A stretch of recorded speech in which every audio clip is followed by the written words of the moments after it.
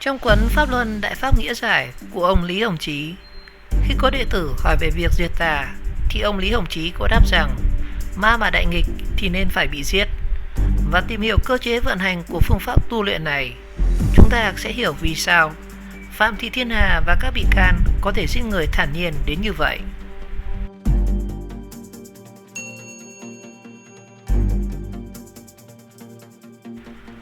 Tại sao học viên Pháp Luân Công không thấy ghê sợ khi họ giết người, thậm chí là còn tu luyện với xác chết trong một thời gian dài rồi mới bỏ đi? Họ nghĩ gì về sinh mạng của con người?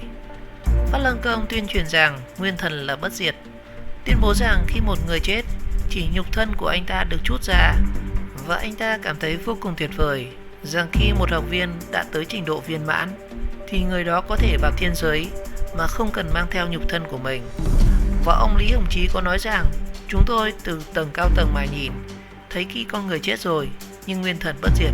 Theo cuốn Chuyển Pháp Luân, con người ấy chết đi chỉ là một tầng phân tử lớn nhất, chính là cái xác người này, và tầng phân tử bề mặt này đã chết đi, ở không gian này đã thoát rất ra. Còn thân thể thật sự của chư vị vốn cấu thành từ vật chất vi quan lẽ nào sẽ chết. Giảng giải tại Pháp Luân Hội các phụ đạo viên ở Trường Xuân. Và chính là khi người ta vào đúng tích tắc đang chết ấy, không có cảm giác sợ hãi, mà hoàn toàn trái lại, đột nhiên cảm thấy một loại cảm giác giải thoát, có một loại cảm giác hưng phấn tiềm tại. Có người cảm thấy lập tức không còn sự câu thức của thân thể nữa, nhẹ nhàng phiêu đãng bay lên một cách rất tuyệt đẹp. Theo cuốn Chuyển Pháp Luân. Và ở vũ trụ này thì quá khứ có rất nhiều hình thức tu luyện mà các thế giới thiên quốc của các thiên thể khác nhau, và 99,9% họ đều là không thể cần thân thể. Giảng giải tại Pháp hội các phụ đạo viên ở Trường Xuân. Và để đạt được sự viên mãn thì ông Lý Hồng Chí đã yêu cầu những người theo ông từ bỏ chấp nhận vào nhục thân. Và nếu như chư vị thật sự viên mãn rồi, chư vị đã tu thành một vị thần rất lớn rồi, hoặc là vị Phật rất lớn, chư vị đem trái đất làm trong tay cũng không tốn một chút sức lực nào. Giảng giải tại Pháp hội ở châu Âu. Và bị chuốc đập bởi những lời thuyết giảng của ông Lý Hồng Chí, rất nhiều tín đồ Pháp Luân Công sẵn sàng tin chắc vào những điều ngụy thiết của ông ta. Vì vậy họ không trân trọng cuộc sống hiện tại của họ, mà chỉ mang lấy thân thể của họ như là túi da người thấp hèn. Và theo đó, để đạt được viên mãn thì một số tín đồ thậm chí đã tự kết liễu cuộc đời mình. Phạm Thị Thiên Hà có bị tàu hỏa nhập ma hay không? Theo quan điểm của Pháp Luân Công, Chuyển Pháp Luân, bài giảng 6 khẳng định tàu hỏa nhập ma không tồn tại. Và trong giới tu luyện có một thuyết gọi là tàu hỏa nhập ma, ảnh hưởng trong quần chúng cũng rất lớn. Đặc biệt là một số người càng bá chuyện này rất rầm rộ, là một số người không dám luyện công nữa. Người ta hãy nghe thấy nói rằng luyện công rồi sẽ bị tàu hỏa nhập ma thì liền sợ quá không dám tu luyện nữa. Kỳ thực thì một số người nói rằng tàu hỏa nhập ma hoàn toàn không tồn tại theo cuốn Chuyển Pháp Luân. Và ở một pháp môn giao giảng như vậy, thật khó để cho học viên có thể quay đầu suy xét bản thân mình ở một ranh giới mà đúng sai không còn được phân định nữa, và chỉ còn tinh thần của vị đại pháp mà thôi. Và theo góc độ giáo lý của Pháp Luân Công thì Phạm Thị Thiên Hà không thể tàu hỏa nhập ma, bởi Thiên Hà vững tin mình đang hành đạo đúng chính pháp chứ không phải là phạm tội. Mà theo giáo lý của Pháp Luân Công thì đó nhất là những người tu đến một tầng nhất định mới làm được như vậy. Và Hà cho rằng bạn đồng tu của mình bị tà nhập quỷ nhập và không tuân theo nội quy pháp môn, nên Hà phải diệt anh ta. Và Hà đang làm theo đúng pháp môn tu tập của chính mình. Một tổ chức nhấn mạnh chữ diệt có thể gọi là thiện là nhẫn được hay không? Lời kêu gọi phát chánh niệm để diệt trừ chính tà của ông Lý Hồng Chí dạy học viên Pháp Luân Công là gì? Tại sao phải chú trọng vào chữ diệt? Đó là lời kêu gọi phát chánh diệt tà 4 lần trong ngày, mỗi lần là 15 phút, là một trong 3 yêu cầu phải thực hiện của một học viên Pháp Luân Công. Và đây cũng chính là tiền đề nuôi dưỡng áp tâm trong lòng mỗi học viên. Và theo lệ phát chánh niệm đồng bộ toàn cầu, sau khi thanh lý bản thân xong thì vào mỗi điểm giờ đúng thì mỗi lần tối thiểu là 5 phút, thì tất cả các đệ tử của Đại Pháp trên toàn thế giới đều suy nghĩ trong tư tưởng của mình các điều như sau. Thứ nhất là thanh trừ hết tà ác đang phá hoại Đại Pháp, vô sở bất bao, vô sở gì lậu, tức là không gì bao hàm và không gì bị bỏ sót. Điều thứ hai là cũng có thể nhắm vào một trong hai mục tiêu cụ thể: mặc niệm khẩu quyết chính pháp của sư phụ, pháp chính càn khôn, tà ác diệt toàn diệt. Sau khi mặc niệm khẩu quyết xong thì cần tập trung niệm cường lực để niệm. Chữ diệt này sẽ lớn mạnh mẽ và to như cả vũ trụ thiên thể. Hết thảy các không gian đều vô sở bất vào, vô sở gì lậu. tức là không gì không bao hàm và không gì bị bỏ sót.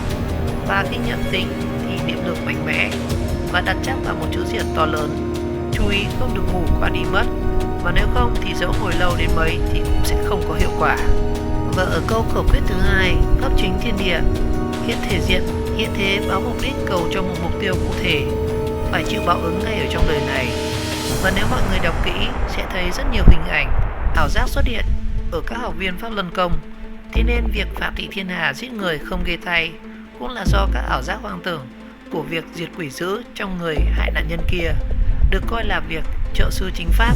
Và chúng ta biết rằng pháp luật quy định hành vi con người, nhưng một khi tín tâm quá lớn sẽ gây xuất hiện ảo giác, và hành vi của người ấy sẽ vượt ra ngoài khuôn khổ của pháp luật.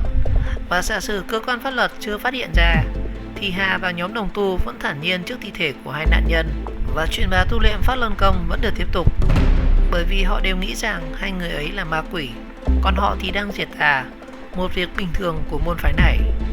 Chính sư phụ của Pháp Luân Công cũng dẫn chứng về việc ai cản ông ấy thì sẽ bị diệt. Vậy nên các học viên đã nêu theo. Ông Lý Hồng Chí đã tuyên bố rằng ông đã giết một sinh mạng mà ông ta cho rằng người ấy đã phá hoại Đại Pháp. Truyền Pháp Luân bài giảng thứ 5 khai quang, cũng có kẻ không tốt thì chúng ta cần phải xử lý.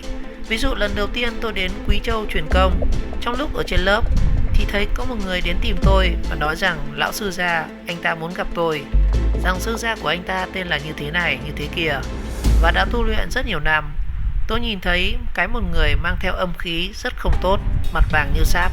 Tôi bảo tôi không gặp ông ấy. Tôi bảo tôi không gặp lão ấy và cũng không có thời gian, từ chối thẳng. Và kết quả là ông đó đã không vừa ý và bắt đầu quấy phá tôi, và hàng ngày quấy phá dối. Tôi là người không thích đối đầu với người ta, và tôi cũng không thèm đấu với lão ấy. Và ông ta quăng đến cái gì không tốt thì tôi thanh lý, và thanh lý hết xong thì tôi lại truyền pháp của mình. Quá khứ và triều Minh thì có một người tu đạo, và khi tu đạo đến mắc phụ thể là rắn. Sau đó thì người tu đạo không thành kia chết đi, và con rắn này đã chiếm hữu thân thể của người tu đạo ấy, rồi xuất được vào hình người. Ông sư gia của anh kia chính là hình người mà con rắn kia tu hành. Vì bản tính của anh ta không đổi, ông ta lại hóa thành con rắn lớn đến phá rối tôi. Và tôi thấy vậy là thái quá. Tôi bèn bắt nó trong tay, dùng một loại công mạnh mẽ nhất phi thường gọi là hóa công, và hóa phần nửa dưới của nó hóa thành nước, nửa thân trên của nó phải bỏ chạy về.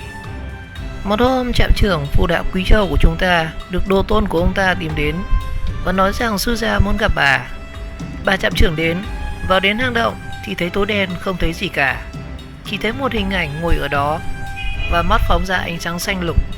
Và hễ ông ta mở mắt thì động lại sáng, còn nhắm mắt thì trong động lại tối đen. Ông ta nói bằng thổ ngữ địa phương. Lý Hồng Chí lại đến. Lần này chúng tôi không có ai làm chuyện gì kia nữa. Tôi đã nhầm. Lý Hồng Chí đến để độ nhân. Đồ tôn hỏi ông ta: thưa sư gia, thầy đứng dậy đi, chân của thầy bị sao thế? Ông ta nói rằng tôi không đứng dậy được nữa, chân tôi bị thương rồi. Và hỏi ông ấy bị thương ra sao, thì ông ta bèn bắt đầu kể về quá trình phá rối của mình. Và đến Hội Sức khỏe Phương Đông năm 1993 tại Bắc Kinh thì ông ta lại phá rối tôi. Vì ông ta cứ làm điều xấu, ông ta phá hoại việc tôi truyền đại pháp, nên tôi đã triệt để tiêu hủy ông ấy. Và sau khi tiêu hủy thì những sư tỷ, sư muội, sư huynh, sư đệ của ông ta đều muốn hành động. Lúc đó thì tôi nói với họ mấy câu, họ đều cảm thấy rất kinh hoàng, khiếp sợ lắm, và không ai dám hành động gì nữa, và cũng hiểu ra hết chuyện này. Và trong số họ thì một số người vẫn hoàn toàn là người thường, mặc dù đã tu một thời gian rất dài. Hết phần đoạn trích. Và để kết thúc vấn đề này, chúng ta hãy cùng ngẫm xem, phải chăng nếu lúc trước không tu luyện Pháp Luân Công thì cuộc đời của Phạm Thị Thiên Hà, Nguyễn Ngọc Tâm Huyên là những người có tri thức sẽ có một đời sống như những người bình thường khác, một đời sống có gia đình, mẹ con, chồng con, sống và làm việc thiện cho mình và cho nhiều người, thay vì thay mặt chính pháp Pháp Luân Công mà đi diệt trừ người khác. Nhưng sự thật trong hiện tượng này, dù đau lòng đến mấy, chúng ta phải cố gắng nhìn nhận cho đúng và đừng bỏ quên lòng trắc ẩn của mình. Mà lòng trắc ẩn là nguồn cội, nền tảng của đạo đức và hướng đi đúng đắn cho con người trong bất kỳ xã hội nào từ cổ chí kim. Bởi hung thủ, nạn nhân cũng chỉ đều là nạn nhân của giáo phái họ đi theo và dẫn họ tới phạm tội, mà họ vẫn cho rằng mình đúng chính pháp. Thì đây là bài học cảnh báo đau đớn nhất mà mọi người cần phải lưu ý.